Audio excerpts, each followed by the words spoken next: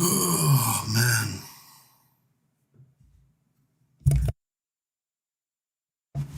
How's it going? How's it going? Just gonna go over a few things as far as like tips and tricks and all that good stuff. I'm gonna kind of tone this down just a little bit. It's not too much to kind of take in. I know, like in the cryptoverse, especially, a lot of people have issues with things such as transactions. I think transactions can be a big deal for some people.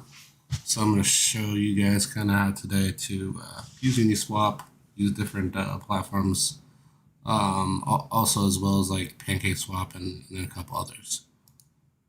So if we go over here, basically I'm going to bring UNISWAP up right here. You can see right here I basically have my wallet attached, but let's detach that so we can kind of figure out how that would work. So we'll come up here, and I'm just removing my wallet, by the way. You won't see this portion of it. So I'll remove my wallet. Oh, cancel that. I'm going to do that. Connected side. And we'll go through removing this too also, right? So that'll be another process that we'll go through after the fact. And you'll see right there, once I remove it, now my wallet is disappeared. So we'll look at that shortly. Let's see, let's move this. Sorry, I'm just kind of going through real quick and disconnecting all my stuff. And the best thing to really do is to look at potentially not having your wallet connected to everything. We should always be removing that, and I'll show you guys how to go through that process. But first, let's figure out how to connect to a swap, right? So this right here, this is what we call UNISWAP. This right here is the web page for UNISWAP. What's the possible? By the way, these are coins and stuff. Don't be thrown off by the names. What's the possibility of the best scenario for finding this swap? Well, I wouldn't type it in Google. What I would do is I'd come here to what we call CoinMarketCap, and within CoinMarketCap, I would come up here and I would type in UNISWAP, right? So we come up here, we type UNISWAP, we can see we have Uni, the coin, we have UNISWAP here, and all this good stuff, right? So it can be a little bit confusing. The exchange itself is UNISWAP. You can go to this one. You can also go to this one. Either one works. But for all intents and purposes, we'll go to the exchange because that's what we're looking for. We're looking for the swap exchange. And you'll notice you have here UNISWAP, UNISWAP v2, UNISWAP, v3. I'll tell you that all these pretty much they all can get you to the same place. We'll show you how that works. So for right now, we'll just go with UNISWAP. All right, right here in UNISWAP. Now that I'm in UNISWAP, I can see right here, this is the link I'm looking for to get to UNISWAP, right? So why would I choose this way over coming over here and typing in UNISWAP in Google? So I type UNISWAP in Google. Easy peasy, right? Right there. The problem with Google a lot of the time is you get advertisers, and what they'll do, and because I'm using Brave browser, which is something else we'll kind of talk about later, it's blocking out this kind of stuff. But if you use Chrome, for instance, right? Chrome a lot of the time will put your advertiser up here above your actual website, and sometimes there are malicious websites that will try and pretend to be the website you're looking for. And then you'll click on them and you'll think you're going to the right site, but really, in all actuality, it's the malicious site. We want to try and avoid that. So the best way to do that, especially in crypto, would be to use the CoinMarketCap, best and foremost. If you're curious if you're in the right channels and everything else, use the chat. They'll have these other things. Best place to find live support in the scenario that something goes wrong, chat would probably be the best option. That should take you to something we call Telegram. And the Telegram is pretty much the only place you can really find live bodies a lot of the time. Not always, but most of the time. So what we'll do is we'll go to UNISWAP. We'll click here. Right here, we'll use this button right here called Use UNISWAP. And we see what? Announcing UNISWAP v3, decentralized trading platforms, yada, yada, yada. And you're like, oh man, what's v3? What's v2? What's all these different things that I may be seeing? Again, communication right here. Right? If you're looking to communicate, but I want to use UNISWAP. So currently the main supported Uniswap is V2. Potentially in the future, we'll be switching over to this V3 version. But for right now, I would say majority of coins exist on V2. Now V3 does have better fees. It has a better setup, all that good stuff, right? So we're gonna come over. We're gonna go to Uniswap right here. By the way, you have dark mode, light mode. So if this is blinding you, you can always go dark mode right here, light mode right there, right? You got products, developers, yada yada yada. You're gonna ignore all this because we're not coming here to, learn about Uniswap. We're coming here to use Uniswap. So I'm gonna click right here on this use Uniswap. You'll get a second window pop up, right? And now that I have the second window pop up, I don't need that first one because it's irrelevant to me in the fact of what I'm trying to do. So now I want to use Uniswap. What does this say? It says connect wallet, right? It also says connect wallet here. Both of these buttons do the same function, all right? There's no difference between the two. Again, we're not looking at pools. We're not looking at voting. We're not looking at charts. We're coming here to swap a coin. So because we're coming here to swap a coin, we want to connect our wallet. So we're going to click right here, connect wallet. It'll give you an option of MetaMask, Coinbase Wallet, Fortmatic, Portis, right? Oh no, I may have Trust Wallet. Well, in the case of Trust Wallet, that's why they have this Wallet Connect. Wallet Connect will allow you to connect any wallet that's outside of the realm of the wallets that exist here, right? Basically, from that, we can say, okay, I have Trust Wallet. I would use Wallet Connect to connect to my Trust Wallet. But for right now, we're going to go ahead and we're going to go with MetaMask because MetaMask is what I'm currently using. So I'm going to click MetaMask right here. It's going to say initializing. In that initializing phase, I'm going to get a pop-up here from MetaMask. MetaMask is going to ask me in this pop-up, by the way, you basically come up here to extensions when you download MetaMask, and that's where your MetaMask will be located, as well as many other wallets and so on and so forth. So I'll click here on MetaMask, and I can tell I have a pop-up. Why? Because I have a 1 here, right? So my 1 is right there. And now it's asking me, hey, is it okay if we connect to your wallet? There is nothing malicious about allowing Uniswap to connect to your wallet. You should have no issues allowing anything to connect to your wallet. You should just not ever give out your seed phrase. If you give out your seed phrase to your wallet or request your seed phrase, it's malicious, and you should probably not be using that website. So basically it's asking me if I want to connect. Now, what do we see here? We see I have 2 wallets, right? Well, really, in all actuality, I can connect both wallets at the same time if I want to, and then I can flip back and forth however I want. Or I can say, you know what, I only want to allow you access for my current wallet. So I'm going to go ahead and I'm going to go with my current wallet for now, and we can always switch this up later. So I'm going to hit next.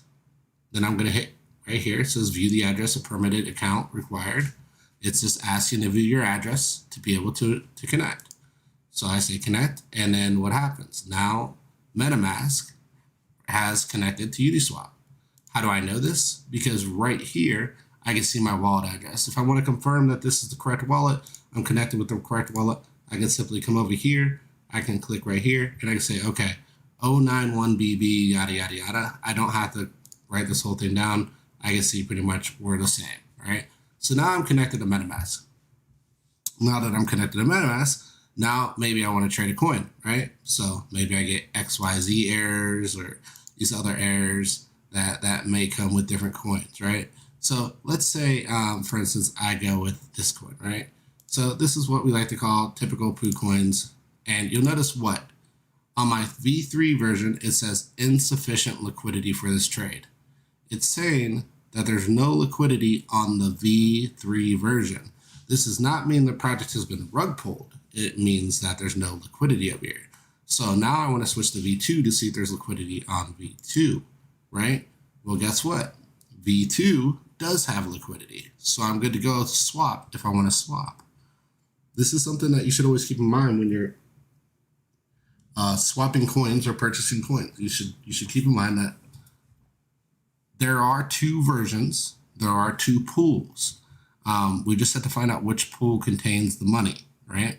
So a pool is basically when a person creates a coin, they put money into this thing we call a pool. Within that pool is where your money will go when you purchase the coin, and your money will go into that pool, and that pool will give you tokens from that pool. That's how it works. So the more tokens the person that creates the coin puts into the pool, the less value your token would have. Well, I won't say less value. what it would be is that would be the amount of tokens that you could purchase for your dollar amount based on the pool size. So now that we've talked about that and pools and coins, now sometimes we run into these errors of XYZ, WXY, yada, yada, yada. In an XYZ scenario, I don't have a coin right now currently purchased that does these type errors. What you want to do is you want to clean up the coin, right? So if it says XYZ, it's because the numerical value of the coin is just, it's too much to calculate. It's too much of an issue. So we had to kind of clean that up. So let's say I hit swap and I get the XYZ error. I would simply come over here and I would say, okay, from this 7 back is really just pennies. So I would just zero all this out. So I'd say 205, and then we got 1, 2, 3, 1, 2, 3, right? I don't care about this end piece right here. So I would do 0, 0, 0, 0, 0, 0. And guess what? Boom.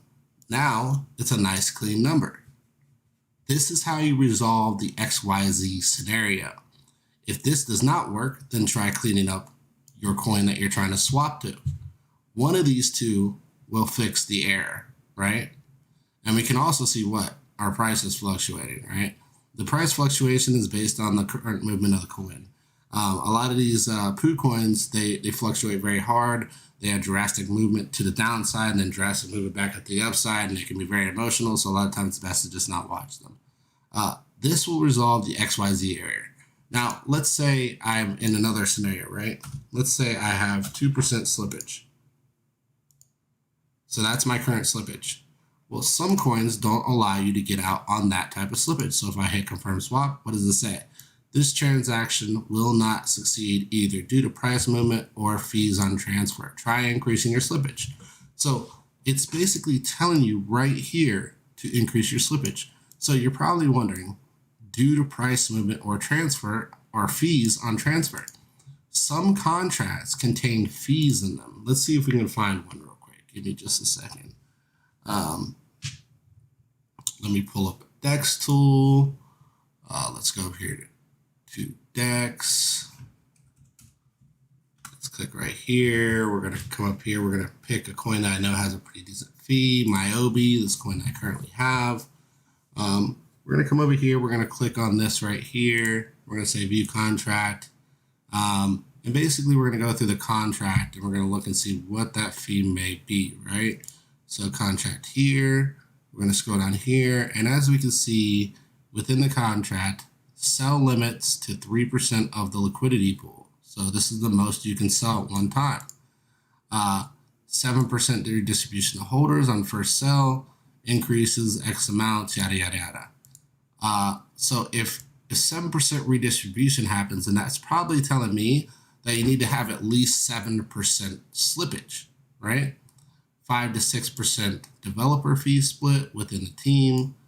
And then you got your 0 to 2% transaction limit on launch, right? So these are all the different percentages that we would be looking for. So now we're going to kind of play with the percentage and see which percentage we can get so that we can pay the cheapest fees and get the least amount of tax possible.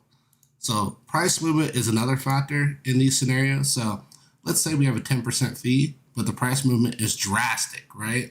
Well, if the price movement is drastic, we might have to bump it all the way up to like say 15% slippage.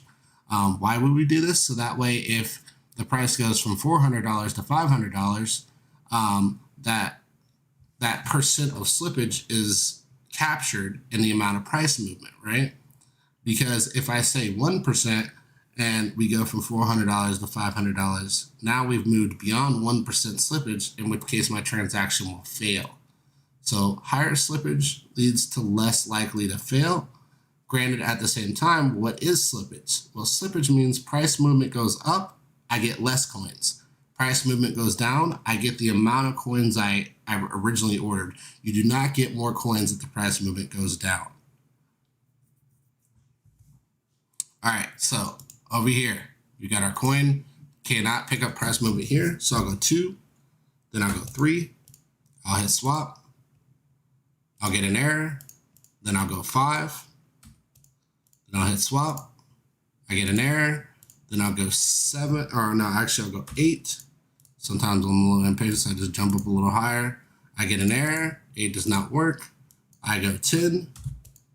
I hit swap. I get an error. Then I go ahead and I go 11 because I'm trying to reduce this as much as possible. Swap, confirm. I get an error. Come over here, 12. Swap, confirm. I get an error. Looks like it's going to be a lot higher right now. 13. Swap. I get an error. Let's go with 15. Swap. Oh. Looks like 15 may work here. Yep, we're getting the notification here on MetaMask where it's asking me, would you like to confirm this? And at this point, when I would confirm this, do not pay slow gas fees, people. Don't be cheap. You will get botted on slow gas fees. I will explain bots in another video. Basically, right here, I always pay for fast gas fees. If it's too much, then just don't even swap. It's that simple. So right here, I'm going to close this out. I'm going to hit reject because I'm not trying to swap the coin. But we can see right here, this is how slippage works, right? So we've covered slippage. We've covered XYZ errors. So we should be able to fully swap out whatever we want to swap. In the scenario that I'm on a coin and it says this, insufficient liquidity for this trade on both V2 and V3, guess what? You've been rug pulled. So that's basically how swapping works in a nutshell. I hope this helps out with everybody on understanding this. I know this is a very confusing scenario, I think, in the space. These same scenarios work in PancakeSwap also, because you'll get a lot of errors within PancakeSwap for the same scenario. Again, you just clean up the number, and then you can mess with the slippage. These are the two main ways that you can adjust so you're able to use these swaps and use them appropriately and not have to get hung up or caught up. The faster you want to get in the coin, take the slippage damage, right? If I got to bump it up to 20%, that means I have a potential to lose 20% of the money I'm putting in, okay? If I put in $1,000 and I put 20% slippage, I have a potential to lose up to $200 in value if the price movement moves to the upside. If the price movement stays still or moves to the downside, I lose nothing. But to the upside, I have a potential to lose $200 out of $1,000. That's 20%. Keep that in mind when you're using these swaps. That's how these swaps work. Swaps also are botted heavily. So you pay slow fees, you get botted. That means a guy buys in front of you, you buy underneath them, then they sell underneath you. And then they drain the pool a little bit and you end up having to eat the damage of that. Pay faster fees. Pay attention to what you're doing on swaps, and these things will be very easy to use. I really appreciate everybody's time. I hope this helps out a lot of people. I know that crypto can be very confusing, and I'll be trying to set up new videos moving forward. Thank you very much for showing up, and have an awesome